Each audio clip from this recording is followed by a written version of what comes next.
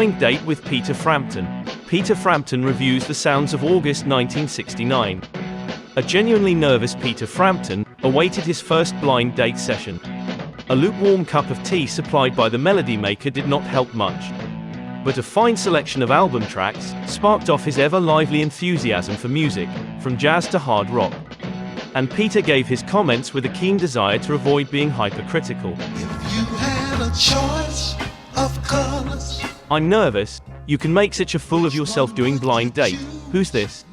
My God, it's the Impressions. I really love the Impressions. I think Curtis Mayfield is still with them.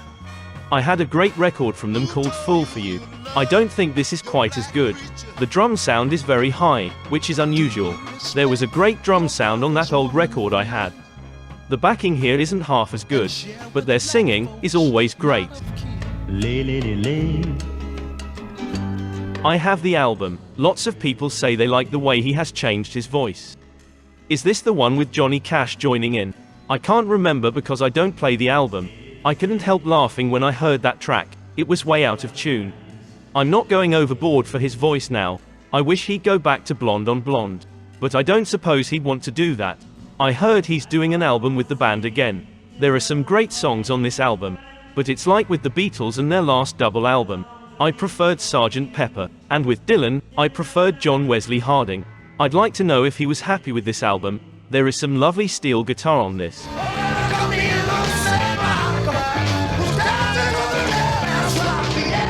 By the bass guitar and the voice, I'd say it's the Jeff Beck Group. Great bass player. Is it Tony Newman on drums? I wouldn't have recognized the guitarist yet until he starts.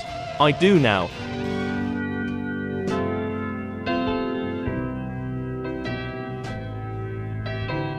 The piano player is Nikki Hopkins. I wish I had Nikki Hopkins' hands. He's such a lovely fellow as well. I've only met him once and I didn't know it was him first of all. We did a session together for Steve Rowland. What a lovely piano sound. The LPs are good this week. Is this tune written by Nikki? I thought so. It's nice that they have given him a whole track. I suss a bit of double tracking there, but I think I will let him off as he's such a good pianist. I haven't said much about Jeff Beck. I'm not too keen on Jeff's guitar playing. Not on tracks like Jailhouse Rock anyway. But he's played some stuff that has been amazing.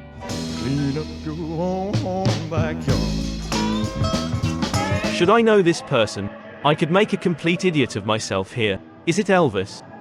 It doesn't really sound like him. He's made 2 great albums in the last 6 months. One where he takes the mickey out of himself, and the one from Memphis which was great. He's using a steel guitar here to sound like an electric sitar, which everyone has used. I would have thought he could come out with something more original. He's a great singer, but this number isn't up to him. I can't stand Elvis when he does these things. I liked him on In the Ghetto, which he did well and was a sad song in a sick way. But no, I don't like this at all. Take it off. I've been dying to get that in.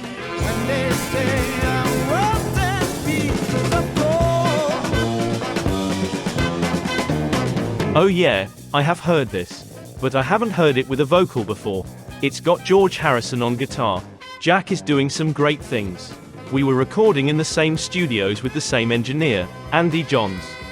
I really like this song. We heard this at about 3 AM when we had just finished our album session. We heard it on an 8-track machine which was amazing. Is this the first track on side 1? Jack is a really great singer. Some people say he's got a samey voice, but he's got a vast array of voices. He's got all the best trumpet players. Henry Lowther is one of them. Oh, Dick Hextall Smith comes in for a snippet. Every track of this album is completely different. And what a bass guitarist. Wow. A few impossibles there, as Ginger would say. Andy Johns tells me he puts his bass through the amp so he gets slight distortion. He's always got it. It's his sound. This is nothing like Cream or Blind Faith. This is Jack. I'll even buy this one.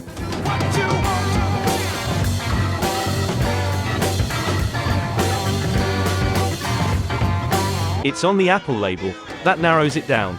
It must be Billy Preston with a little help from Eric Clapton on guitar. They are all his own compositions, aren't they? It's a pity his organ is on the other track and you can't hear it. This is a stereo album and it's a mono portable. The Melody Maker record playing equipment is diabolical. Is it Ginger on drums? Can I find the track I really like? Everything's alright.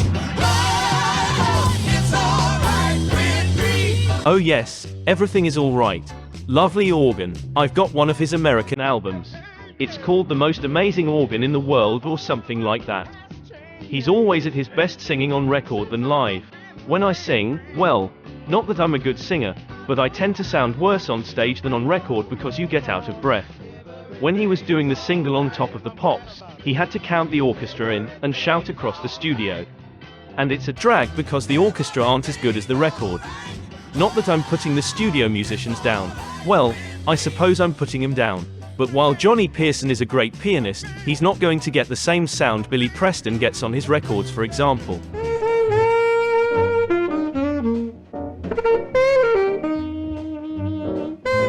Is this a re-release? The drag is, I'm sure I should know who this is, but I don't. If you put a jazz guitarist on, I could tell you straight off. Who is it? Oh well, I've never been into Charlie Parker too much. About 3 months ago, I went to a friend's house who has got all of his records. And I think I was just about getting into it at the end of the evening. When it comes to jazz, I really got into everybody but him.